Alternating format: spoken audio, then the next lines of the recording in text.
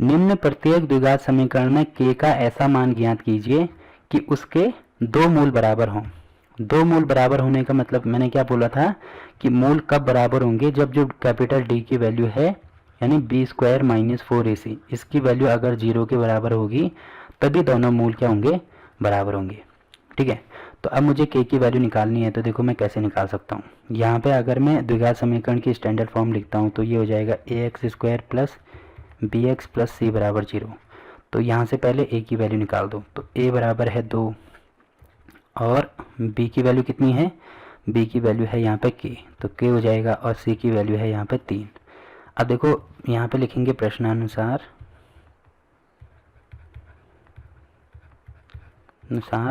क्या है, दो मूल बराबर हैं, दोनों चूंकि दोनों मूल बराबर हैं इसलिए क्या करेंगे, इसलिए जो कैपिटल D है या b स्क्वायर माइनस 4ac है वो बराबर किसके होगा, 0 के बराबर होगा। ठीक, तो अब b की वैल्यू यहाँ पर रख दो, देखो b स्क्वायर मतलब k स्क्वायर, तो ये हो जाएगा k square minus 4 into a की वैल्यू है 2 इंटू c की वैल्यू है 3 बराबर हो जाएगा 0 के।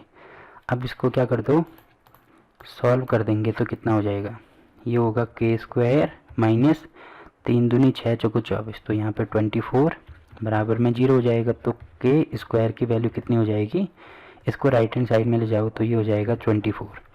अब जो स्क्वायर है इसको अगर इधर लेके आएंगे तो ये क्या हो जाएगा, रूट में हो जाएगा। रूट तो होगा बट साथ में प्लस माइनस भी आएगा। अब प्लस माइनस का रीज़न मैं इससे पिछले वाली प्रश्नावली में दे चुका हूँ। ठीक है, कि प्लस माइनस क्यों आता है, तो अगर आपको समझ में नहीं आ रहा तो वो वाली वीडियो आप देख सकते हैं। तो ये चीज़ होगी, तो यहाँ से जो k की वैल्यू आएगी वो आएगी प्लस माइनस रूट 24। ठीक है, तो ये हमारा आंसर हो जाएगा। अगर इसको और सॉल्व करना चाहो तो कर सकते हैं।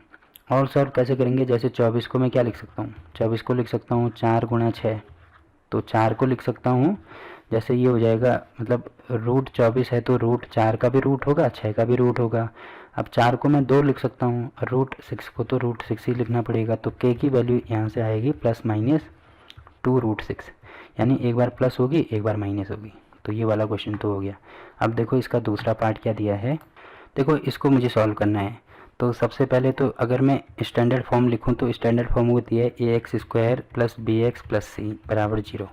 तो इस फॉर्म में तो ये है नहीं, तो सबसे पहले इसको इस फॉर्म में लेके आएंगे। ठीक है, तो उसके लिए क्या करना होगा, इसका गुणा यहाँ भी होगा और यहाँ भी होगा, तो ये हो जाएगा k x इंटू एक्स होगा एक्स स्क्वायर माइनस के एक्स और साथ में 2 भी है तो 2k x होगा और प्लस में 6 बराबर 0। अब इसका कंपैरिजन करेंगे तो इसका इसके साथ में होगा, मतलब a की वैल्यू होगी k, b की वैल्यू कितनी होगी, ये पूरी b की वैल्यू हो जाएगी, x को छोड़ के जो भी यहाँ पे है वो b की वैल्यू हो जाएगी। तो b बराबर होगा माइनस 2k और c बराबर हो जाएगा 6। ठीक है, तो क्योंकि दोनों के मूल बराबर हैं इसीलिए क्या होगा, जो d की वैल्यू होगी यानी b स्क्वायर माइनस 4ac की वैल्यू जो होगी वो 0 के बराबर होगी। अब b स्क्वायर मतलब क्या है, माइनस 2k का होल स्क्वायर, ये हो गया माइनस 4 इंटू a है k और इंटू c है 6, तो बराबर हो जाएगा 0। अब देखो इसको मैं क्या लिख सकता हूँ, इसको लिख सकता हूँ minus 2k into minus 2k, या इसको ऐसे लिख सकते हैं, ये देखो माइनस माइनस का तो प्लस हो जाएगा, इसको ऐसे लिख सकता हूँ 2k इंटू 2k, मतलब सबको मैंने अलग अलग कर दिया। ठीक है, तो इसको गुणा कर दो तो ये होगा 2 दूनी 4 और k इंटू के ये हो जाएगा k स्क्वायर। तो यहाँ पे तो हो रहा है ये k स्क्वायर और माइनस यहाँ पे होगा 6 चौको 24 k बराबर 0। अब एक चीज़ आप देख रहे होंगे यहाँ पे कि यहाँ से k कॉमन आ जाएगा। ठीक है, तो अगर मैं यहाँ से k कॉमन लेता हूँ तो यहाँ पे k स्क्वायर का मतलब k इंटू के है, ये है k इंटू के, तो k कॉमन ले लिया तो बचा केवल k। ठीक है, और माइनस ये 24k है तो या इसको 24 इंटू के लिख सकते हैं, तो k कॉमन ले लिया तो यहाँ पे बचा केवल 24 बराबर 0। ठीक है, अब इसका क्या मतलब बनता है, इसका ये मतलब हो गया कि या तो k की वैल्यू 0 के बराबर होगी या k माइनस 24 की वैल्यू 0 के बराबर होगी।